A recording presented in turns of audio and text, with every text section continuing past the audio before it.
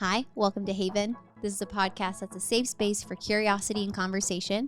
I'm your host, Haven, and today I'm curious about what I wish I knew before I was postpartum.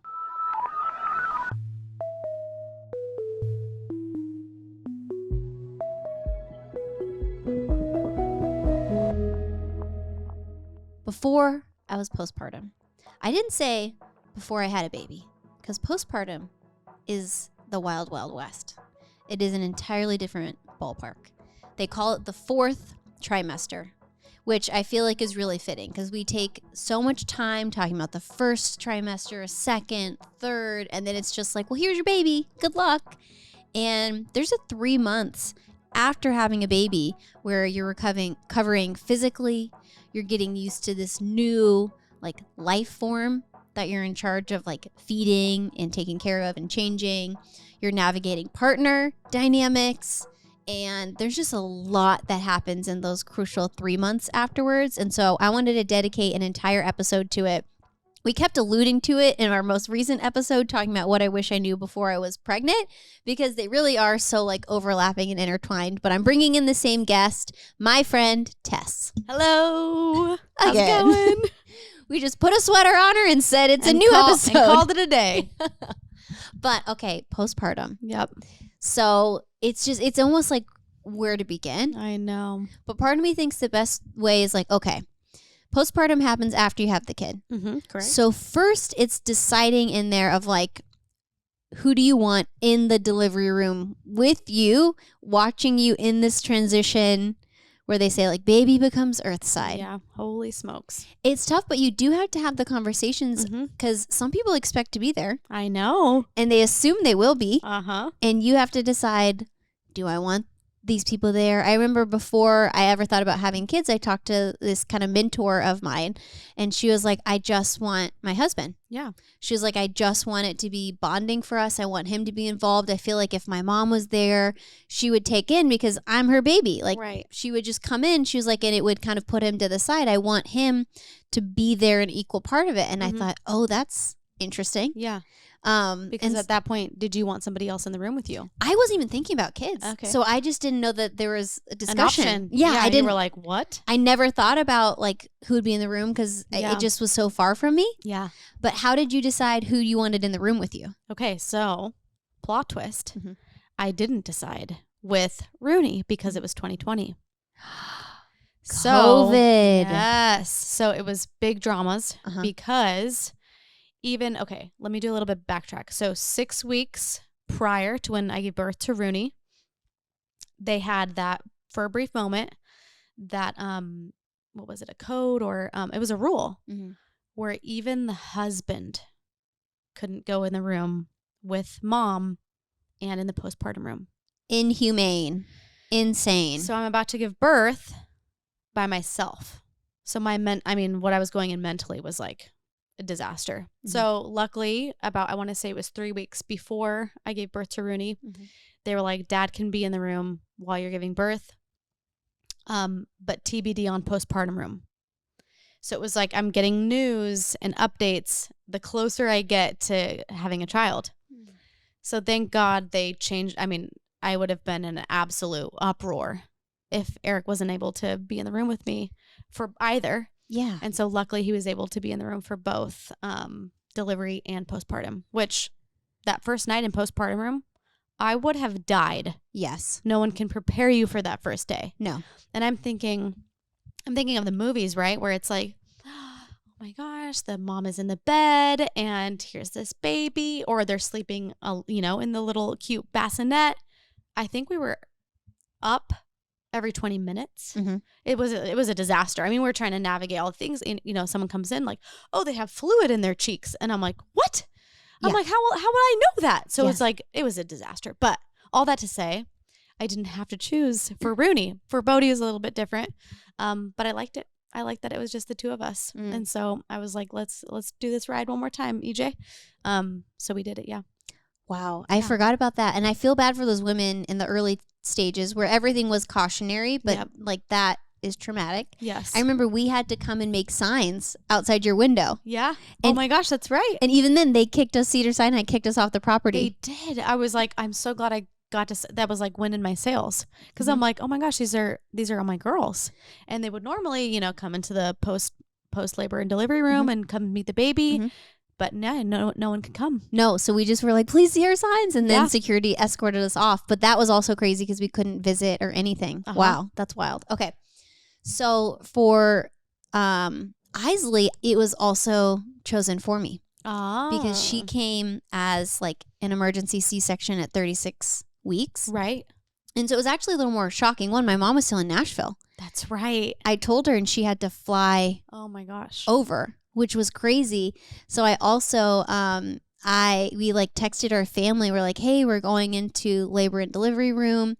I was like, but my hospital bag's at the house. So we had to go back and get that. Oh my and gosh. I think my dad almost beat us to the hospital. Hilarious. Of course he did. He came in, he set up shop in the waiting room. He got the Wi-Fi passwords. He was like, distributing this is my office now. to the this is my. He literally brought his laptop. He was there in the like waiting room. I love that. To be supportive, and my siblings and everything. But only Aaron could be there. And I think I was more shocked than anything. Right. You're like, oh my gosh, I'm having a baby today, and I wasn't planning. I wasn't planning it. It was really surprised. Like my birthing plan, kind of like I didn't have a huge plan. Yeah. But I went there and like we had this playlist ready, and I walk into the like the operating room, and Christmas music is playing. Oh my gosh. Because it's like late November. They're like, do you want to change it? And I just was like, no. Yeah. They're like, are you sure? And I was like, I just felt like I didn't have any decision. So what's the music gonna do? Yeah. And it was like, have a holly jolly. Oh eventually, that's hilarious. It was funny though, because I'm like laying there. And okay, so also postpartum, part of this is a delivery thing or birth thing of laying there. It's like they have the epidural and the husband can't be there. So he steps out of the room.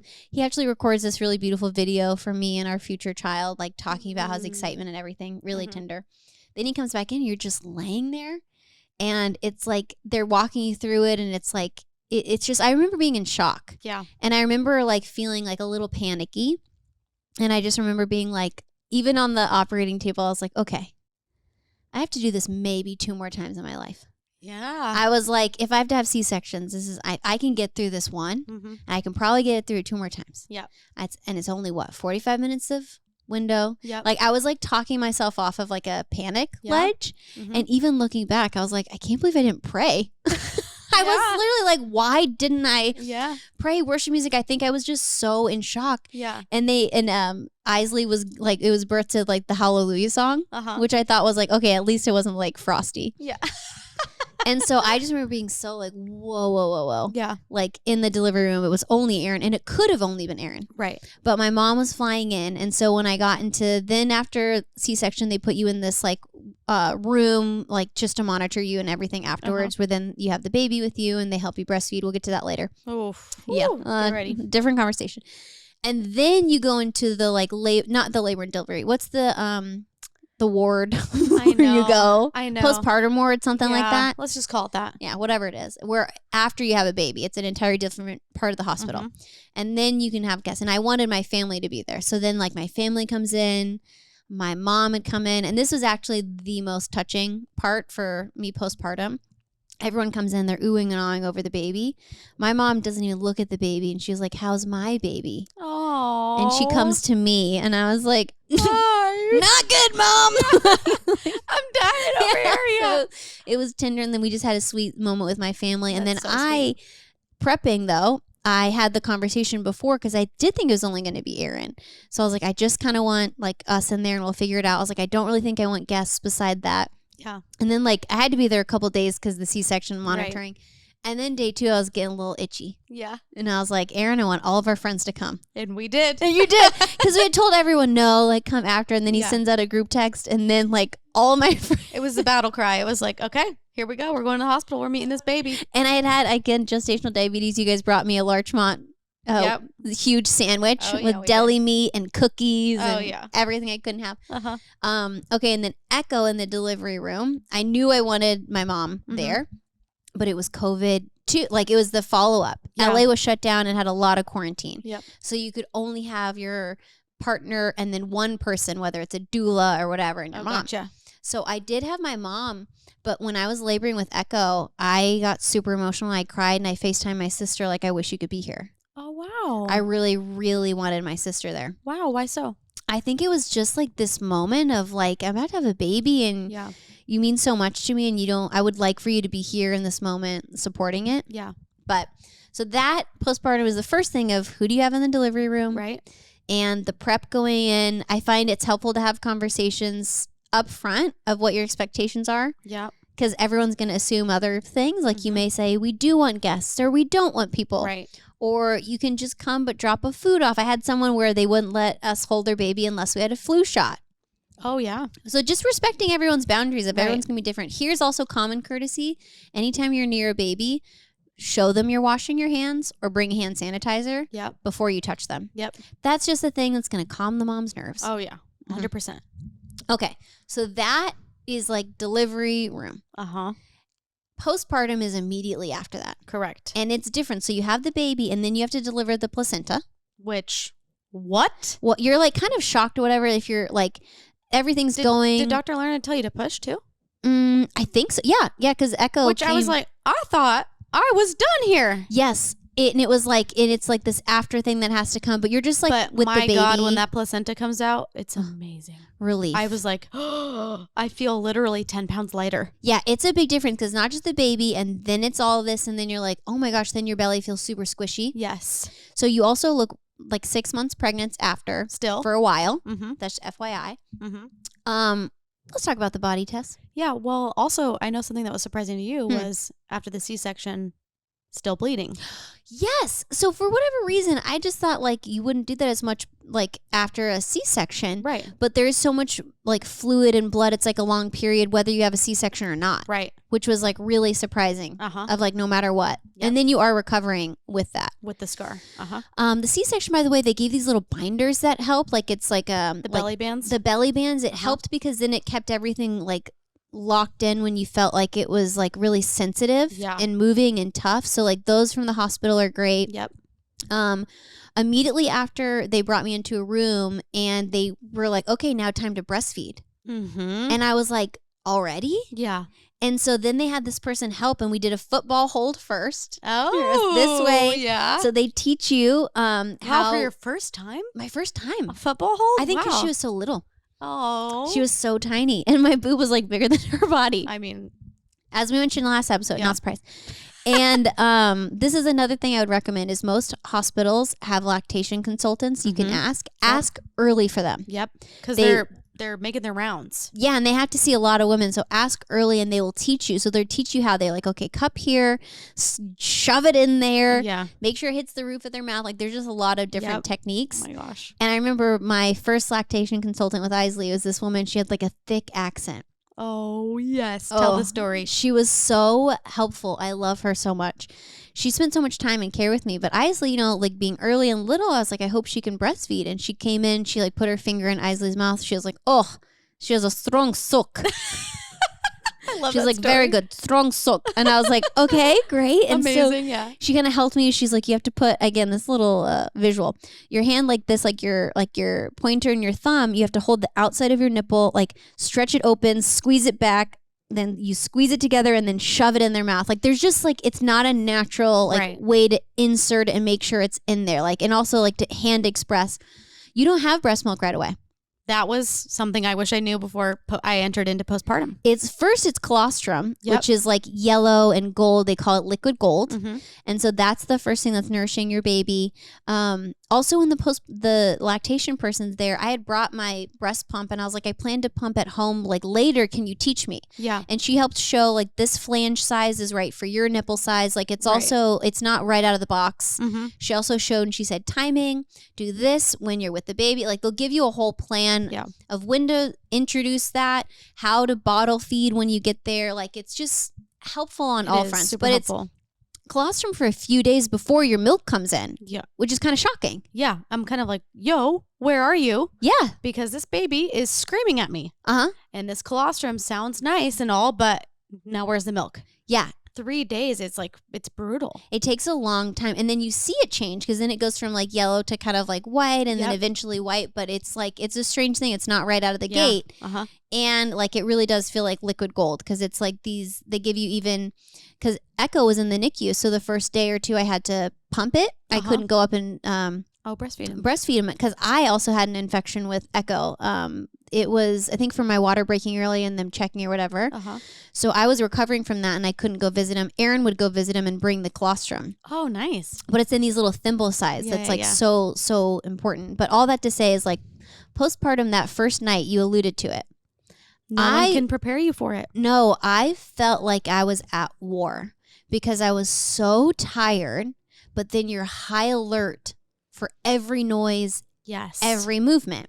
And then just like that, one time she was making a strange noise and I called the nurse and she came and she was like, oh, she's like either like choking on something or whatever, and then did a bulb syringe and removed it. And I said the same. I was like, how am I supposed to know that? How in the world? And thankfully Aaron was able to like do diaper changes and hand her to me. But like one time he was so dead asleep and Isley was moving and I was like, hello! Like, this baby is making noise and you're asleep. And like, I'm not getting any sleep, but like. It is like kind of that classic, like dad's asleep on the little tiny couch over there or like the somewhat chair. Whatever you want to call it.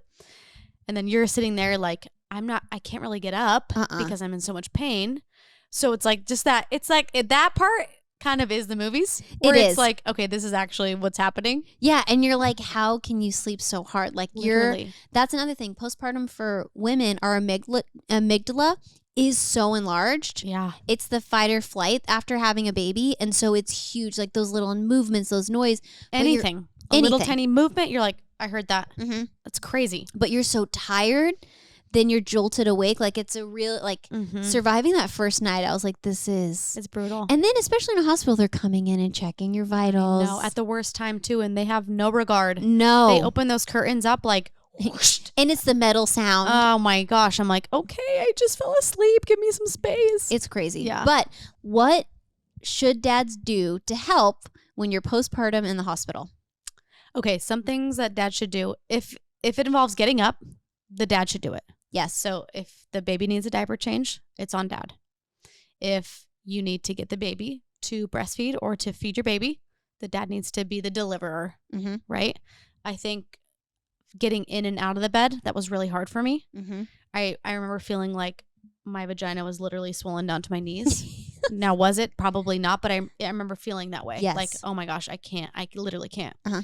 So Eric would help me get in and out of the bed because, you have to use that core strength and you have to use your body to do that. Yeah. And so he would help me get in and out of the bed. What else? Dads should listen to all nurse instructions and be aware whether it's for baby or mom. Because brain is brain is a lot and it's a lot going on. And so it's also like when you're like sitting down and you have like the squirt bottle to pee instead of wiping, they should refill that squirt bottle. Nice. If you're making a little padsicle where you have to do pads and refresh, they should be there ready to take it off you and hand you a fresh one. Yes. Prepped and ready to go. Nice. Like dad should be essentially the eyes and ears of all instructions. I like that. In a way where it's like, oh, this is what the nurse said. Yep. But then also you go with mom, you'd be like, but what would you like? Right. All the paperwork too. Paperwork. Eric did all of the paperwork. I'm like, oh, please don't, he's not a messer upper kind of. He's like pretty, on it. So, but he filled out all the paperwork. That was helpful. They also should be in charge of all the hospital bag of like mom's toiletries, making sure it's laid out and ready. The baby has an outfit. Like just do all of the stuff so moms don't have to think about one more thing. Right. But have everything. Also, when you're leaving the hospital, our nurses were amazing. And they would give us a trash bag and you load up diapers. Oh, yeah. You load up. You told me to do that. Yep. And I was like, yes, ma'am, I will. Literally, you take a trash bag of all the free stuff of diapers, passies, like your little like postpartum underwear things, pads, wipes, like every single gear you have in the room, you can take with you. Yep. It was free for all. I was like, oh, this is mine. Exactly. What did you put in your hospital bag? I put now looking back, some really silly things. Like diapers, like definitely don't need any diapers because the hospital will provide those. I packed too many outfits because I'm like, what if this one doesn't fit the baby? Or what if this one, what if this is a bigger baby? Because you kind of really don't know. That's actually helpful. It is kind of helpful. It seems silly now, but I'm not an overpacker. I'm like a very, you pack what you need kind of girl. So packed a couple outfits, a pacifier. We did do the sound machine to go, like the one that's like really mobile and easy. What else do we pack? We packed a lot of things for me. So like a change of pajamas. I packed deodorant. Deodorant was key because that first postpartum shower, game changer. Yeah. I was so smelly. You're a woman again. I was like, oh my gosh. So that first shower, so toiletries for me, phone chargers. What else for the baby? Yeah. I was looking at my notes because I had it in like my notes of like for both of us. So for me, it was toothbrush, toiletries, cozy robe or pajama set because the robe's almost easier. You just kind of like on and off, baby. You go topless pretty much the whole time. I remember being topless for like 6 months. Yeah. After. Yeah. At home, in the hospital, slippers. Slippers for the room, phone charger and iPad. I would do like sandals because I'm like, I don't want to go in the shower. Like, oh, that's barefoot, true. You know, I did bring my pump that insurance got me, and so the person could teach me, and a nursing bra.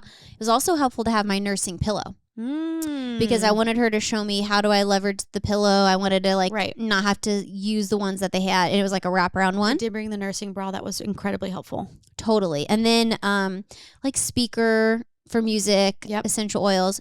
Aaron had toothbrush and toiletries, his pajamas, change of clothes.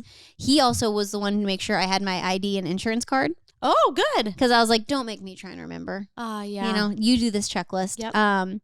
Then the baby, you just have to have the car seat ready. So you have to go with your car seat, which seems obvious, but like they won't let you, like you literally have to show them I have a car seat. Yep. Onesies, it was a smart of different size because Isley was so tiny. We had to Amazon Preemie. Oh, yeah. We had to send Preemie onesies to the hospital because nothing fit her. Yep. Announcement sign, like if you're going to do with those announcements, people do it. I just took a picture, called it a day, but we did a picture, and then that morning it was actually perfect for Echo. It was so perfect for breakfast. We had got cereal, and they had a box of mini wheats, and our last name is pronounced Wheats, and we're like, what if we put the cereal box next to him, which was just funny. I love that. And then you also, it's helpful to bring your diaper bag to the hospital. Again, you don't have to have it with diapers and stuff, but like burp cloths, passies, sound machines, especially for the drive home. Like the mom's usually sitting in the back with the baby, but like if something happened, like it's just helpful to have it, blankets and everything. Yep. Okay. In the hospital. What's helpful is not only the lactation expert, like make sure they're checking your baby for tongue ties or lip ties. That's something that a lot of new moms don't know. Right. And then if you have painful breastfeeding or if they're gassy or colicky, sometimes it can be that where they have to, it's a second appointment, you have to gently, quickly laser it. They say it feels like a pinch. But tongue and lip ties can really affect their ability to feed. I mean, I think in general, if we can like zoom out a little bit, I think something that I wish I knew before I entered into postpartum was how hard breastfeeding was. I don't know if we want to go there. But I just remember being like, this is extremely hard for me. And I'm like, I was inclined to want to breastfeed. That was something that I really wanted to do. And I know it's not for everybody. But I was like, I want to master this. But I remember feeling like, oh my gosh, this is like extremely hard. And then for the duration, however many times a day. And then being like, oh my gosh, we're like literally in this together for the next year, maybe. I remember being like, that's insane to me. Like every 3 hours is like, in a newborn, it's cluster feeding and a minimum. But even then, like throughout the duration, for both kids, I did a year. And I was like, one, it's a bonding investment, but in commitment, but I'm like, this is so much. I did get I had my iPad and I had one of those like holders that went around the bed, and I would just like watch The Crown. Nice. With Isley. Your kids love to breastfeed. Yes. And they did it for a long time. I remember you being like, watch a show. And I'm like, what show is like 12 minutes long? What do you mean? Because Rooney was like in and out. Yes. She's like, I'm gonna eat but I'm going to be done whenever I'm done. Yes, I did. I remember that too. I forget. It's so funny how like even like a couple years after, it's all out the window. I know. Where I'm like, they're like cut them off at like 15 or 20 minutes or whatever on each side or something. And I would always have to cut them off. Wow. Like they were just hanging, they would enjoy it, and I'd have to burp them and switch and do to the other one. Yeah. Because otherwise they would just like lock in. And they did. Yeah. And so I would like have to like switch sides. And so our little routine was Aaron, when it was time to like breastfeed them, Aaron would change their diaper first. So how old are we at this point? Is this like right out the gate? Right out of the gate. Okay. Aaron would change their diaper first to like wake them up to breastfeed. Yep. Because you want them like awake, alert to eat. and ready to eat. Yeah. Exactly. Instead of nibbling. Yeah, you don't want them to nibble or use you as a pacifier. Right. Ugh. Then one side, and then you burp, and then the other side. At a burp, you hit them harder you think you would. I know. I remember the nurse being like, whack, whack. I'm like, yeah. Oh my gosh. Okay. And you like cup your hand and you do it at the top. Like it just feels, but to get, you then see the difference of like, okay, let's get it up. Mm-hmm. Then the other side, and it's like so frequent. And right out the gate, your boobs hurt. Oh my gosh. It's like tremendous. It literally feels like they're stretching to another universe. And they can get like rock hard. Literally. I remember being in the shower just being like, please warm water. Yes. Ease up. I'm like trying to massage my breast. And you can feel like. Literally. It feels like a rock. And your nipples turn into like coasters. I almost said dinner plates, but I'm like, that's so dramatic. I would say coasters is accurate. Like huge and dark. I mean, I said this in the last episode, but I've never seen any boob like it. No. Mine were insane because I think I've told you, naturally my body type is curvy. I just work out a lot. Yeah. But in high school, I had like double Ds. Yeah. So my boobs are like, we're back, baby. Better than ever. They were huge. Oh like, my gosh. I have like a picture where it's like from here, angle. You can barely see my face. Literally. It's like, it's in a hidden folder. Not just As rogue, it should be. rogue on the iCloud out there. Yeah. But I remember visiting a friend in the hospital and she had her baby and her nipples were huge and dark. And I was like, what the? Yeah. That's insane. But so the baby can see them. Yeah. Like, and it does go down eventually. Right. Like it's not a forever thing. No, it's not forever. But I just was like, this is crazy. Your boobs get huge. I will say that like that first week or so, maybe even 2 weeks, is grueling. Mm-hmm. But it does get much easier. Yes. If we can like get over the hurdle of like, okay, this is brutal. This, this is not the most enjoyable. Yeah. Once you do get over the hurdle, it does become a bit more enjoyable, more bonding. And, those pictures where you see the mom breastfeeding, it's like, oh, that's really sweet. It does kind of evolve into that. It does, yeah. And it takes a little while to even kind of get used to it. And so thankfully Isley was great, but Echo was one where I was getting sores on my nipples. And I was like, something is wrong. I know how to breastfeed. Yeah. I know I do. You're like, I've done this. I've literally done this. Mm-hmm. And that's when I had them check and he had a tongue tie they hadn't caught. I said, I need you to check for a tongue tie. And so they did. When they got it sorted, it was okay. Yeah. Like, they had to go in and cut it. I remember I don't know how woo-woo I am, but until things like this come up where like they're about to do it and the doctor's like, okay, it feels like a strong pinch. We're going to do it while he's asleep. And they just like cut. Like, this one was with scissors. So I went over and I whispered in his ear. I was like, this is going to hurt you, but it won't harm you. It's sweet. The doctor was like, that's so tender. Yeah. And then cut him. But last story over. Yeah. But yeah, breastfeeding, that's a side thing in and of itself. Yes, it is. Okay, postpartum. Another thing that I wish I had known postpartum is that intrusive thoughts. Oh my gosh. Are really strong. And it's like you're holding them and you're like, what if I trip down this flight of stairs? Mm-hmm. With the baby. With the baby. Right. What if I accidentally drop them? It was so extreme. What if, what if I'm walking across the street and I get hit by a car? Yes. So funny to this day, if I'm like walking across the street and it's a light, I don't walk and now until I look eye contact with a driver. And I'm almost like, you see me? You see me and I see you. Yeah, I started that with like postpartum where I just was like, Yeah. I will make sure everyone sees before I'm walking. No, I'm that mom, and if someone's driving too fast on my street, I'm yelling at them, slow down. Yes, it's freaky. I'm that person now. Okay, so but what would you say to if someone is listening to this episode and they're, they have a fresh newborn and they are experiencing those intrusive thoughts? Mm-hmm. What would be your advice to them? Know that it's like literally your amygdala is huge. And you can say to this thought, thank you so much for trying to protect me. Mm. Like, you're trying to protect me from harm or from scariness or for whatever. And the truth of the matter is I'm okay. Yep. The truth of the matter is my baby's okay. Yep. Like, we're doing everything precautionary. Or my intrusive thought came of like, I hope my grandmother who's older with MS, I'm like, please don't die in this window. Right. Or like my dad had health stuff. And Yeah. I was like, I'm really, really scared that in the most vulnerable, like psyche moment of my life, a tragedy would happen. And I had to be like, okay, they're okay right now. Yep. I'm okay right now. So was it just like a daily reminder for you? Like, this is okay. I'm okay. Yes. The situation is okay. And saying it out loud. Like, say it out loud to someone. Say, I feel like I have an intrusive thought. I remember at night, the first couple weeks with Isley, before it would get dark, I would feel a little panicky of like, oh, we're about to go into the evening. Yep. And same. And it's just you and the baby and sometimes your partner. Yeah.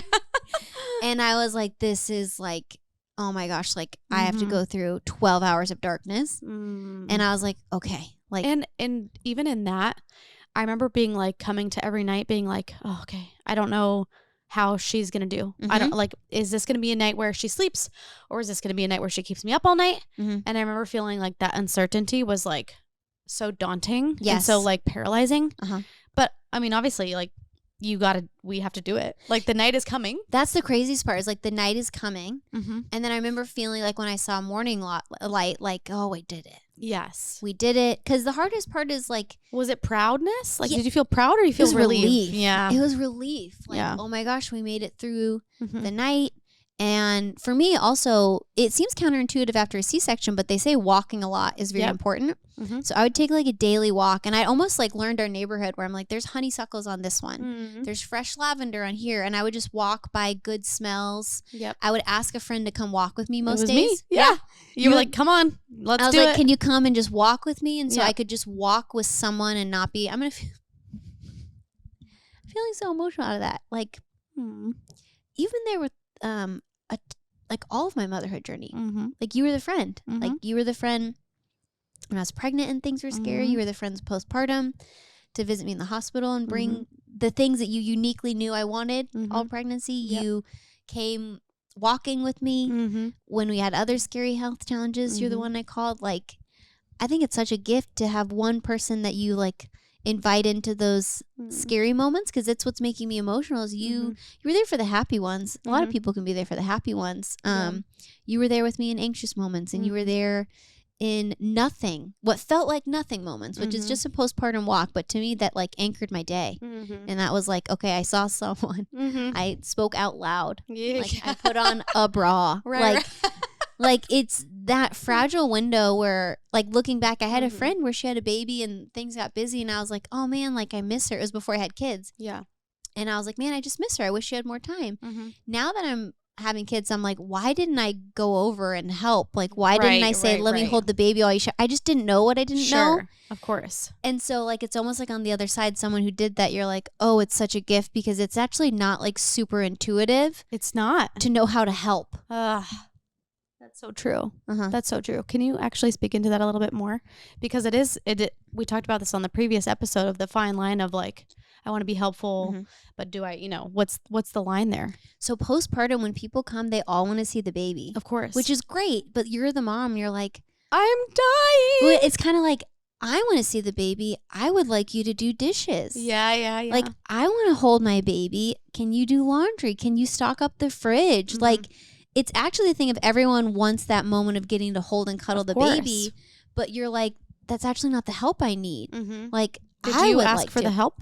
I didn't know how the first round, because I didn't know I would want it. And then I didn't know it was possible. Then I had a friend and her mom was stocking her fridge, and I was like, you could do that? Wait a second. My mom's not domestic. She's never stocked my fridge in my life. Right. She's come in super kind and like will emotionally be there, but I was like, oh, that looks great. Yes. Like, and so now I do that where I'm like, you hold the baby, I'm going to do your dishes. Right. Like, you take a nap, like I'll wake you if there's an issue, but like I'm just going to clean up or do some laundry. Like, the practical stuff is kind of what you want. Right. The goodness is holding your baby. Totally. Or even for me, I remember one moment I was like at my wit's end with Rooney. I couldn't put her to sleep, but we had people coming over, and it was like, oh man, this would be a night where I would want to cancel. But it was Beck and Joe. And so I'm like, they're going to just have to see it. Like, Yeah. this is it. And I have nothing to hide really other than I'm having a hard time and I can't get this freaking baby to sleep.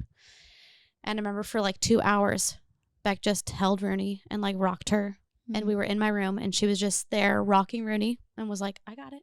Like she was on no timeline. And I was like, oh, that's exactly what I needed. Was just like, I'm with you. I'm with Rooney. I'm with Beck. But she just held Rooney. We were in no rush. It was like, yeah, we were waiting to eat dinner, but it was like, I'm here to support you in this time, which was like so valuable to me. I love that. And I think it is because it's this crucial 3 months. Like, obviously, postpartum is longer. Yes. But it's this month where you feel so fragile. I felt like I was like broken open. Oh, yeah. And I'm like, oh, I have a sign on me that says like, I am a hot mess. Yes. And it's like. And don't ask me about it or I'll cut your throat. No. Or cry. Yeah. Maybe or both. that too, yeah.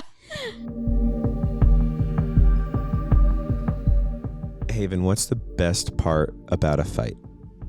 Winning. Winning? No, I'm kidding. You don't really win in marital fights. You can win. I think when you come together in the right way, maybe what you thought was winning isn't winning at all. I think I know your answer to what your favorite thing about a fight is.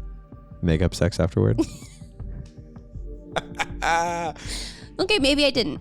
Anyways, we have created a course called How to Fight Better. It's under our umbrella of Pillow Talk, which is about just conversations that you can have with your spouse. We brought in our actual marriage counselor of 12 years, Dr. Jonathan Cood, to help us and explain the tools that he's been teaching us that have helped us have what we feel like is a really thriving, enjoyable marriage and one that we're proud of. And so we were like, how can we share these experiences, but also the professional person who taught us how to do this with the world? So you can go to joinpillowtalk.com right now to get How to Fight Better. Okay, back to the episode. It is like you're wide open, and also it's like you go home and then you, from delivering the baby, and then you, usually the first kind of outing is the pediatrician. Which is also the Wild West. Like 4 or 5 days later. Oh my gosh. And it's like, it's just a lot of like, okay, now like I have to time this appointment that I booked. When you booked probably prior to having this kid. Yeah, just. And you're like, I don't know if 12 o'clock will work. Sure. And day of, you don't even know. Because then it's like you're trying to get ready, you get spit up on. It's the first trial run, right? You're like, oh my gosh, here we go. It begins. And like a blowout, which is it goes up. Like I ultimately, by the end of the diaper bag, I would have 3 backup outfits. Like truly. You have one, and then if you're done with that, and I would always put the ugly ones. Like, oh yeah. When people got you random stuff, just have it as your 3rd or 4th blowout outfit. You want it there, but you can keep it in the diaper bag. It's 100%. Not a big deal. So we went to the first pediatricians, and usually they lose weight a little bit after, and then they want to see them gaining. So that's also kind of normal, is they come out, and again, until your milk comes in, it can be kind of tricky for them to like start gaining weight. They just want to make sure, okay, once that's settled. So they just check everything. Right. And then like you just go home again, like it's you and the baby. Yep. And that one was also, I just remember that was our first, like we have somewhere to be at a certain time. Yes. So weird. Like we would go to different things, like even the coffee shop. One time I went and there was the actor from 30 Rock. He plays Kenneth, and I just loved him because I loved the show. And I had Isley, who was 5 pounds. Yeah. Like, I can't believe I was bringing her to a coffee shop. I had her in the sling. Right. And he goes, that is a very fresh baby. And I was like, she's very fresh. Yeah. Like, so fresh that it happened a couple days so ago. fresh that she's like 4 or 5 days old. Yeah. Like just right. I just was like, I'm an extrovert. I was like, get me out of the house once. Yeah. But I love this kind of transitioning postpartum. I loved baby wearing. It was my favorite. So I used a Solly wrap. Okay. When they were little. It's like just these really pretty. You can do different patterns and they're soft. It takes you like 10 years to learn how to do it. It does. It's so long. I remember my first time giving it a go. Oh, I was at the beach. terrible. And I was like, what am I doing? And sand was flying everywhere. And I was like, all right. It's the longest. You have to like loop it around. But once you get it in the right spot, it's so nice. So snug. So snug. And I loved baby wearing because then my hands are free, but I always loved holding my babies. And I realized that too. My friend said postpartum that I was always touching my belly. Like I'm a physical touch person. Yep. So like I would Solly wrap them and wear them everywhere. When they got older, I would put them in an Artie Pop wrap, which is also like cushiony and it's like expensive and like fashionable, Uh-huh. but they're really, really comfortable. They are. They're the best. They're really, really the best. So I love, like, baby wearing was how I kind of live postpartum, so I can still hold the baby, but I can kind of at least have hands free enough. But Yep. that was also my saving grace. Mm-hmm. Mm-hmm. So you have to wear diapers postpartum for a month. Yep. It's kind of crazy. And then it You're turns saying into us, the woman. Oh yeah. Babies are in it longer. The woman wears it for like a month, just heads up. Yep. It's kind of like a long period. And it's also like, I think something I didn't know was like, I think maybe you flagged like, hey, you have to wear like a big giant pad. It goes like, from front to back. Mm-hmm. And I remember being like, okay. But then I didn't realize how long it would take just to go to the bathroom. Mm-hmm. Because you go to the bathroom and then it's like so many steps. So many. It was like peri bottle, witch hazel pads. And then if you're like super swollen, sometimes you have to put the ice pack in there. Mm-hmm. And so I remember just being in the bathroom for like 10 minutes at a time. And I'm like, oh my gosh, this is just taking so much time. Yes, I love, there's these little IKEA rolling carts. Oh, yeah? And those are helpful. I would have that from whatever bathroom I was in, a rolling cart. It also had nice. like kid diapers and wipes where it's just moving it room to room. That's smart. Like you can just move it around of just being like, what do I want at an arm's reach? Also, postpartum, I was so thirsty. Oh, yeah. I'd never been this thirsty in my I know. life. I'm like getting thirsty just thinking about it. Yes. Literally, yeah. And postpartum hunger for me was bigger than pregnancy hunger. Oh, yeah. Because like breastfeeding, one, I had an oversupply of milk. Yes, you did. Should we talk about it? I have like pictures of my freezer being like, No, I'm saying, should we talk about how I helped a sister out? Yeah. I'm like, some people are going to be like, what is happening there? Yeah, you tell it. I mean, okay. So as you were talking about how milk takes a while to come in. So you had Isley, who was 6 months ahead of the game. And I'm like, I think I was like probably crying on the phone with you. Like my milk hasn't come in. I'm freaking out. Rooney is distraught. She's obviously hungry. I don't know what to do. And you were like, well, I have a ton of breast milk. Mm-hmm. Is this weird if I give it to you? Mm-hmm. I'm like, not weird at all. I am absolutely desperate right now. You say desperate times. Hand it over. Uh-huh. And I remember Rooney chugging. Mm-hmm. I think she was like, it was like she had 4 ounces, which was like a lot for a brand new baby. Yeah. And then the very next day, my milk came in, thank God. But it was like such a relief. I mean, people probably listening are like, what is happening? Anyone without kids is listening. But anyone with them, it's like very much like, yes. And obviously I trust you and what you're doing with your body. Mm-hmm. But, I'm not like going to go get breast milk from a stranger off of like Facebook Marketplace or something. But which does happen. It does. People do sell their breast milk, which is a I really beautiful thing. Well, I almost looked into it. But you're right. For Rooney, I looked and I was like, where's like the bag that's like closest to her age? Right. Because breast milk changes. Right. Depending on their stage, whether they're sick, it'll and change on need. color, Yeah. everything. Yeah. So I was like, okay, here's like the most old one I had from her. Which is great. Because I'm like, that lines up. Yeah. But so my breast milk, I did have extra, and I liked having extra because if I'm going to go back to work, I didn't mind that at all. You use a haka, which is something you put on one side that catches. So when you breastfeed on one side, you release and drop it on the other side too. Right. And sometimes that milk can be lost. Uh-huh. You kind of have to put pads in your bra so you're not dripping and leaking because you leak everywhere postpartum. Oh my gosh. So I put it in a haka, and then I would also eventually pump and have extra. And so eventually, even near the end of my breastfeeding journey, I had some to donate. And so you actually I had to go and they had to blood test me to make sure I was an okay donor. I had to do these questions, and then I would ship it off, or I gave it to I did that with a couple friends. Yeah, good. When they needed milk or out, and it was really fun because it's like this really cool give back-ish moment. Mm-hmm. But otherwise I was like, how much could I make off this thing? You're like, wait a second. I personally felt it was unethical for me. I was like, no. These mothers need this, so I donated. But I did look into it. I was like, how much could this side hustle make me? Yeah, that's kind of you. But breast milk, that one's crazy. Uh-huh. Also, postpartum, again, you stay and look pregnant for a while. Yeah. I mean, I'm 2 years postpartum with Bodhi, and I still feel like I'm in it. I'm still trying to discover what is my body, how does this look, how do I operate? Everything repositions. Yeah. Everything, which is kind of crazy. Mm-hmm. And I remember I got to the point where I was like, all right, I'm still in maternity pants, but they're a little loose, but my other pants aren't working. Right. I was like, I'm going to buy what I called transitional pants. Love it. I was like, these are pants that are stylish, that I'm going to love. They're going to get me through, and I'm going to love them as long as I can. Yep. And if I get to my other pants, great. If not, Then you still love them. yes, I still love them. And so I was like, I invested in some good pants where I'm like, I feel confident. I enjoy them. Mm-hmm. But I'm also not trying to squeeze into what I was before. Oh gosh, which I did try that. And it was very sobering. I couldn't even get it over my butt. I like literally it stopped here. And I'm Yeah. like, okay, we weren't ready for these, you know? No. And so I didn't feel like I had body autonomy for a year till I stopped breastfeeding. Right. And then I didn't feel like I recognized my body for about 18 months, Okay. which just setting the stage of how long It could take. it can take. Mm-hmm. We had one friend who showed up with a newborn to a party in like what are those dresses called? Bandage dresses. And Yeah. I was like, What? you don't, where'd your baby belly go? Like literally. It was crazy. And her baby was maybe a month old. I couldn't believe it. It's not the norm. It's really not. I looked like 5 months pregnant for like probably 2 or 3 months. Oh yeah. And then I was soft. Mm-hmm. And then also when you're breastfeeding, your body's holding on to nutrients for that. So I just knew that like, if you just said like don't put a timeline, but if you just know like 12 to 18 months until it's even a shot. Yeah. And they say that of like in between kids, like 18 to 24 months in between kids to give your body enough time to reset.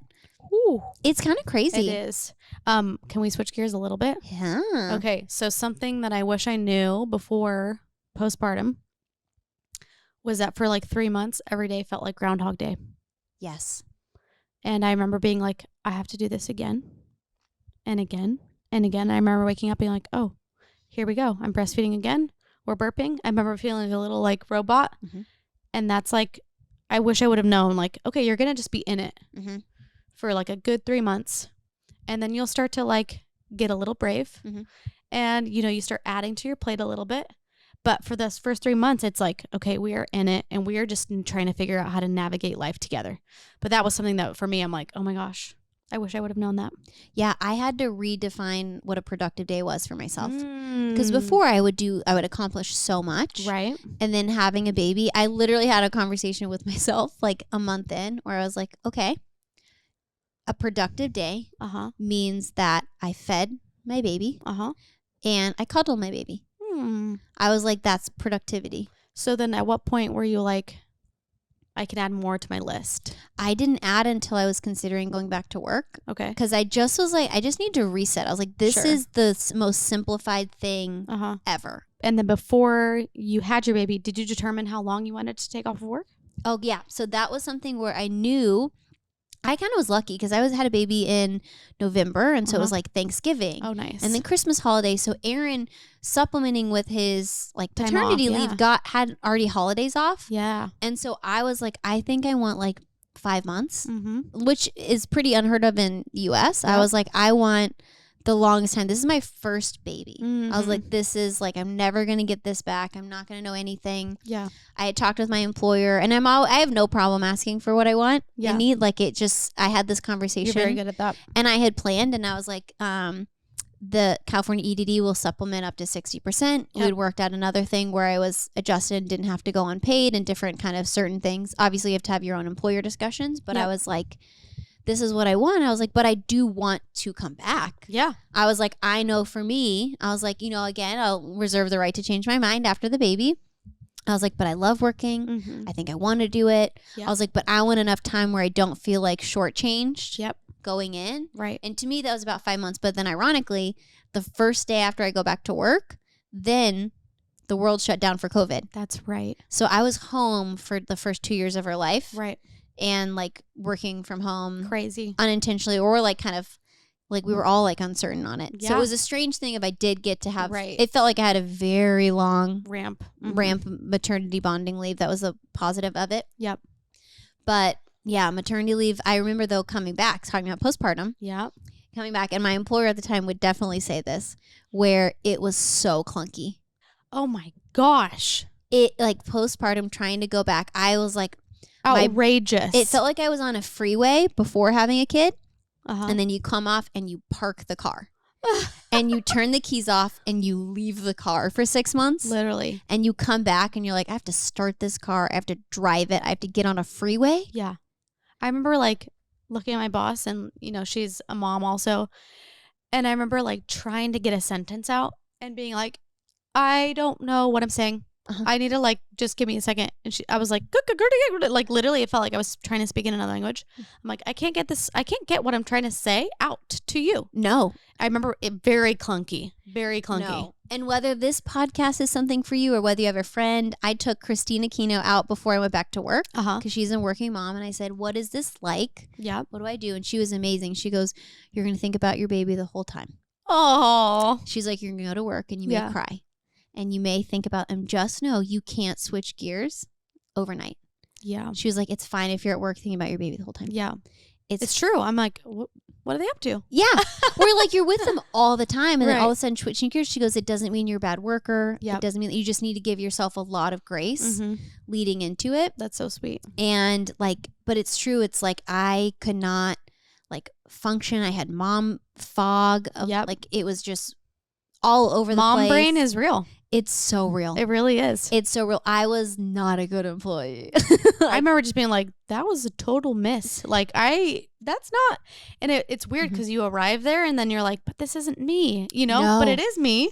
No, you feel like you're different. Like you're evolved in a different person trying to go back in this other scenario. And it takes a while, but there is that like, oh, this is super strange. Yeah. Do you want to talk about how friendships also evolve after postpartum? Oh yeah. I mean, I think part of it is after kid number 1, I'm not really sure what I need. And it's really hard to communicate that with friends, period. And with friends that don't have kids. And so I remember being like, I don't know exactly what I need. And I wish someone would just tell me. Like, hey, you might need this. Or I'm like, at this point, I'm open to suggestions. Like, tell me what I might need. Yeah.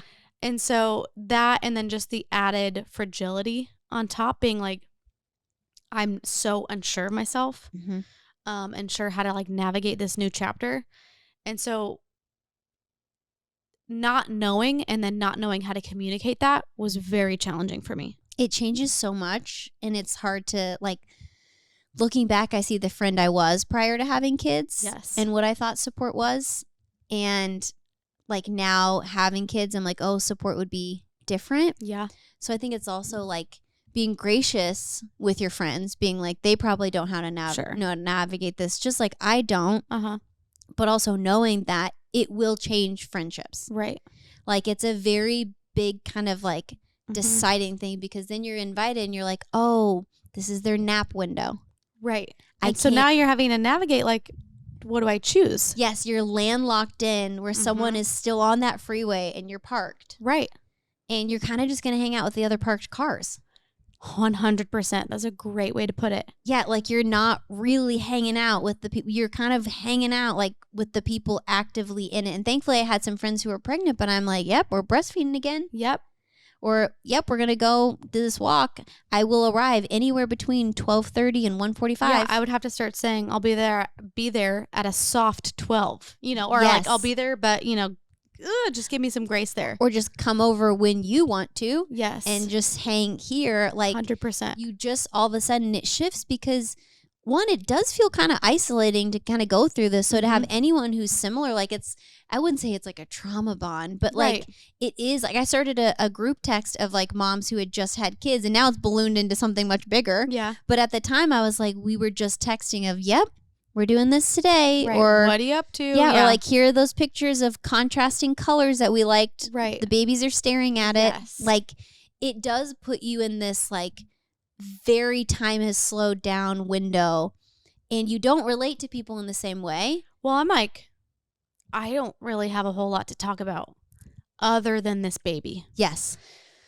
So like, if you want to hear about it, I'd love to share. Yeah. But at the same time, I don't want to be unaware and like, I'm just talking about my baby the whole time and like, you know? Totally. And so it's like, this is kind of my whole world right now. Yeah. But it's not your whole world at all. Yeah. So now what do we talk about? And it does change. Like I just think also anyone listening of just knowing it's very, very normal, and it's not like something's wrong, and you may come back on the other side together. Yep. You may not. Yep. It may drift. Like it is one of those moments of things will change. You can pretend it's not. You can hope it's not. You can put a ton of energy and effort into avoiding it. But if you look at the natural progression, it is, and that's also okay. The friends that are on the other side are the ones that are meant to be there.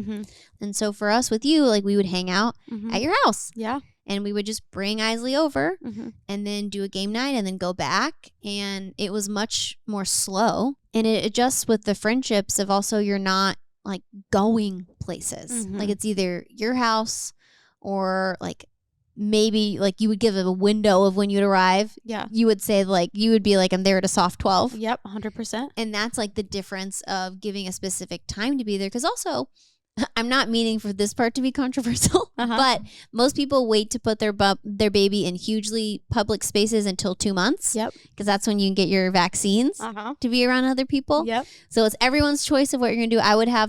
I would baby wear in other places I was okay with. But like as far as like a baby open in the room, I like waited to go back to church for 2 months. Right. Because I was like, there's a lot of like, you never know. You all of a sudden hear sniffles all the time. Right. You're like, that person's coughing. Literally, you're just so hyper aware. Yeah. That I waited for that for some time. But also it just changes where you hang out. Totally. What you do, your pace of life. And it's a natural thing, but it's also a little bit of a, oh my gosh, things have changed. Well, and also like at the root of that, I'm like hearing what you're saying, and I'm like, I would go to your house or I would let you come over. And I did that with people or places where I felt safe. Like to me, I'm like, go somewhere where you feel safe, where you feel like I can breastfeed. You feel like this baby can erupt in like a disaster and I'll feel safe. And to me, that's like essential on your postpartum journey, because if you don't feel safe, you're going to just be anxious all the time of like, well, my baby might do this, or this situation might happen. And that's like endless. And so going places where you feel safe, or like you're kind of creating those safe scenarios where you're like, okay, I can just be, and anything that happens, I'm okay. Totally. Do you remember the first time you went solo somewhere with Rooney? Because I remember it was me and Isley, and it was like, I was like, I'm going to go somewhere with her by myself for the first time, like driving. And I remember it felt like such a big deal of like, it felt like a big lead up where I had to make sure she had just eaten, she had new clothes and burped or whatever. And then we went there. And I think it was like, then she had a diaper change, and you realize how few places have diaper baby stations. Right. And I remember I was on Larchmont, and I asked like a shop owner, I said, hey, do you know what area, like there's a baby changing station in a bathroom? Because you don't have one, which is, neither here nor there. Yeah. But like then you kind of all of a sudden your mom brain switches of like, this place I can change a diaper if I need to. You log it. You learn about the trunk, and you get like a portable thing to lay down, or like, I remember feeling so proud that I did it solo, but also I was like, all I'm doing is going somewhere and coming home. I'm not even trying to do anything. Right. And it felt like I did this by myself. And then same with kid number 2. When you have 2 kids with you, you're like, okay, but what if one of them runs away? Or like, what do I do with literally 2 human beings? I am outnumbered. Yes. So like I'm just remembering all those moments where I'm like, oh, it's me and them. Yeah. How do I navigate this new journey? But you do it one step at a time. One more place. You start adding to your plate, like what we were talking about earlier. Postpartum is one step at a time. It really is. That's the perfect way to describe it. And I would also say, just even to kind of like close this out, is I remember someone said that postpartum, the 4th trimester, is like a fog. They're like, it feels like a fog. Everything's new. You're going slower because you can't really see. You haven't been there. They're like, but eventually the fog does lift. Yeah. And I remember that helped because Aaron and I were like, we're just in the fog. Yep. Like, we're in survival mode. You are in survival mode. It's also like, we didn't even get into postpartum with your partner. Oh my gosh, we didn't. No, I mean, there's like a lot there of like, I remember 2 different instances specifically where I felt postpartum rage. Like I remember one time Aaron was driving in the rain, and I felt like he was driving too fast in the rain. Again, these intrusive thoughts, rage, and I just was so upset that he was not driving slower in the rain, and it wasn't safe, and like it just comes out sideways and it feels very like out of your control and overwhelming. And so it's like your hormones, they say it's like the biggest shift possible is postpartum. Oh my gosh. After having a baby, it's like it is the biggest fluctuation ever. And so also just to know that like it is about survival. Right. Having the conversations in advance if you can, of just saying, hey, like this is going to be new territory for all of us. Yeah. That I feel like that helped a lot. I mean, I remember like sobbing on the phone with a friend, and I'm like, I just feel like a cow because like I'm just breastfeeding. Yeah. I'm like, all I'm doing is breastfeeding, and then feeling a little bit of jealousy towards Eric, being like, he can just leave or he can just go back to work, and I'm kind of stuck here. Yeah. And so I remember feeling like, you know, and later on, I do think it was a bit of postpartum depression, which is a whole nother like situation. But I remember my mom being like, Tess, do you think it's just a bit of, you know, postpartum depression? And I remember being like, huh? Like that's an option. Yes. I had actually really no idea. And so even just her asking the question, like I'm like, okay, I need to put on a different lens here. And so now how do I navigate these big emotions and big feelings while also like taking care of myself? And so that's another, you know, huge component to it is like, what do I do with all these hormones and my body's changing and, you know, everything is changing. So like, what do we do with that? And how do we feel equipped as women? But that's another piece too, is like you were able to label it because you talked to your mom about it. Right. I feel like talking to friends or your like care providers is really, really important because there's postpartum depression, there's postpartum anxiety.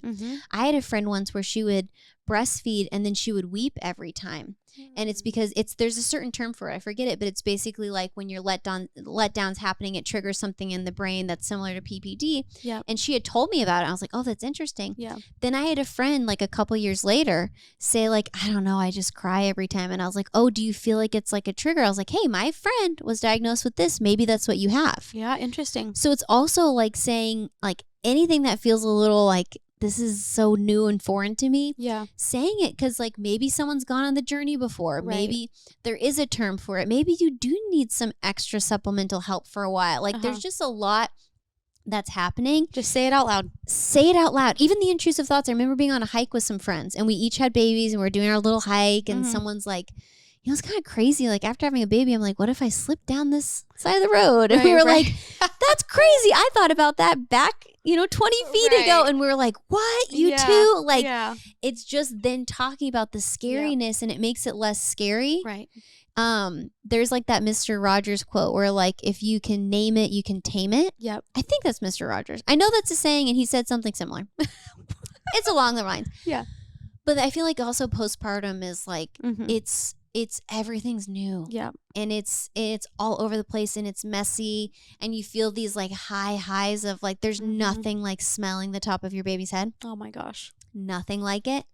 And there's like, oh my gosh, they just have a blowout. I don't have any extra clothes. Right. I'm You're stuck. in the thick of it. You're wearing a blanket home. Yeah, like, literally. Like, you just get in this like what is happening. Yeah. And it is this really beautiful mess, but postpartum, the 4th trimester, don't mess around with it. Nope. It's real. Be prepared. Ask for help. Say it out loud. But I mean, I feel like even this, I'm like, we're going to have to wrap this episode and there's just so much more. Right. There's so much more to get into it, which I think maybe is just like the beauty of like motherhood of, you can just revisit these conversations over and over and there's something new. But thanks for going on it with me. Thank you for having me. It was fun to have you. We ran out of memory cards on the cameras because we just kept talking. We're yapping. This and yap. But I love you. Thanks for coming. Love you too. Okay. Thank you for listening. If you've been postpartum, I hope we didn't re-trigger you too much. You just understood what we said. And if you haven't, I hope we didn't scare you away from having kids. It's just a really unique thing. And I think it would have been helpful for me to hear some moms talking about it in depth before I had a kid. And it wouldn't have made it less hard, but it would have maybe made it less foreign and scary. And so I'm sure I missed some things. Maybe we revisit this in another future topic, but thank you for coming. You can like, subscribe, follow at Haven the Podcast on all social channels, Spotify, Apple Podcasts, wherever you're listening to this. Then you go to havenpod.com. I've got some extra stuff there. I haven't plugged this in a while, but we have Pillow Talk. It's the relational e-course that my husband and I did. We did it with our counselor of like 13 years, Dr. Jonathan Cood. The first course is how to fight better. And just like we talked about like sleeping courses being helpful, stressful, it's helpful to at least have like a handle on some of your conflict before you have a baby, because postpartum, it can go all over the place. And if you don't have healthy conflict styles, it just gets elevated and it just gets bigger and bigger. And it helps to maybe have some of those conversations before the hormones are at play. So you can go to joinpillowtalk.com to check that out. Otherwise, I'll see you next episode.